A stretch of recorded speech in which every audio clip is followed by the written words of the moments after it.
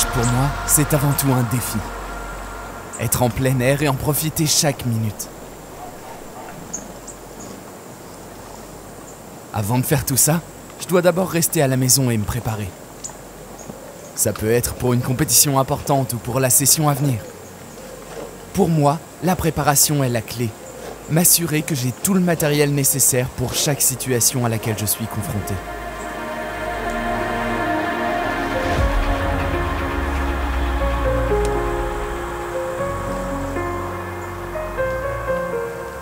Quand j'arrive sur un lac, si c'est la première fois que je vois le lieu ou même un que je connais bien, je ferai toujours au moins un tour du lac avec un seau prêt à utiliser pour amorcer.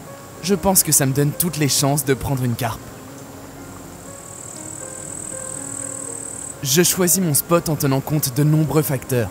Ça me donne beaucoup d'options comme les caractéristiques visuelles, un changement de profondeur ou quelque chose comme la couleur de l'eau, ma position par rapport au vent, dans le dos ou de face, si le spot est bordé d'arbres.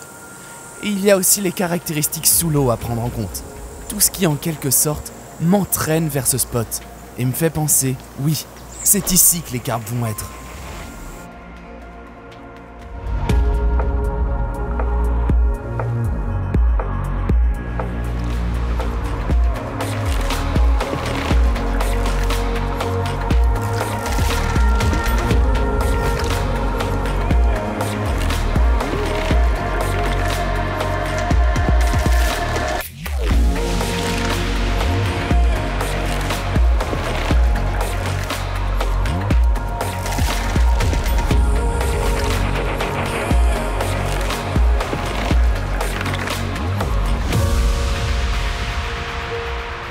Pendant que je suis au lac, je regarde toujours l'eau. Je veux dire que tes yeux sont définitivement l'une des choses les plus puissantes dans la pêche. Tout signe visuel, n'importe quel indice, tu veux être dessus. Tu veux t'assurer que tu le vois quand les autres pêcheurs ne le voient pas. Parce que certaines personnes écoutent naturellement. Ils entendent un son et ils regardent rapidement. Parfois, c'est juste un petit coup de queue, un petit mouvement, un reflet dans l'eau, juste un frémissement. Quelque chose que quelqu'un qui est assis dans son bivouac ne remarquerait pas. Et là où ton regard se fixe sur ce plan d'eau, il y a quelque chose que tu peux voir et tu peux tout de suite t'adapter. Et ça pourrait être aussi simple que de passer du calme plat à un moment d'activité où tu prends des touches et tu réussis ta session.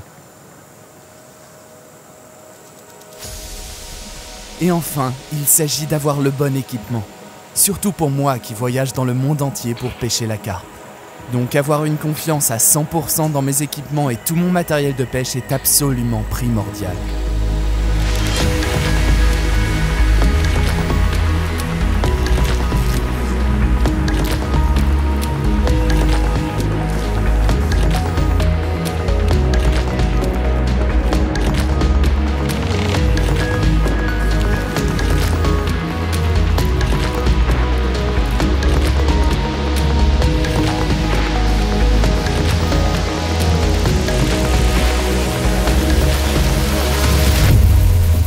Si je ne pêche pas en compétition en Angleterre ou à l'étranger, j'aime pêcher dans de nombreux endroits différents.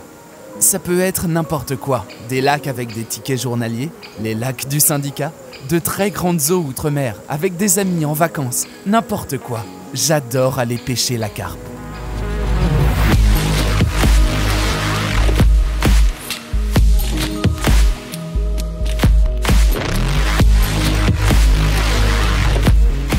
Une fois que j'ai eu une touche, c'est là que ton cœur s'emballe. Tes cannes s'emballent, tu cours vers elle, tu te penches vers elle et tu combats ce poisson. Et évidemment, quand tu ne connais pas le lac, tu ne sais pas à quoi tu es attelé.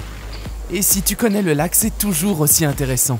Surtout si tu connais les poissons, parce qu'une fois qu'ils s'approchent du filet, tu peux voir ses écailles particulières. Tu peux reconnaître ce poisson.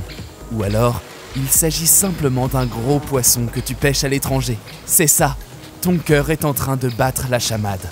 Même quand je suis en train de parler de poisson, je veux attraper ce poisson. Alors j'ai deux choses en cours en même temps. Je me concentre sur le combat de ce poisson tout en tenant compte de ce qui m'entoure pour le faire atterrir en toute sécurité.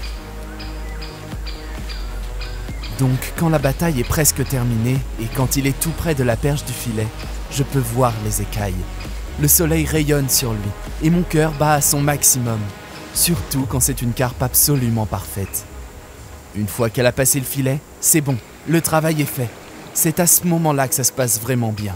C'est pour ça que j'aime aller à la pêche. C'est absolument le meilleur moment. Une fois que tu as mis le poisson en sécurité dans le filet, tu as trié toutes tes autres affaires, tu peux partager ce moment spécial avec tes amis, obtenir de belles photos de trophées.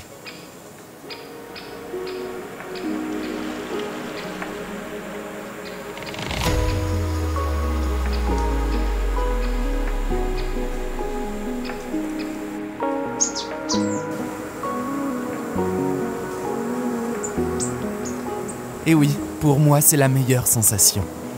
Et c'est exactement pourquoi j'aime aller à la pêche.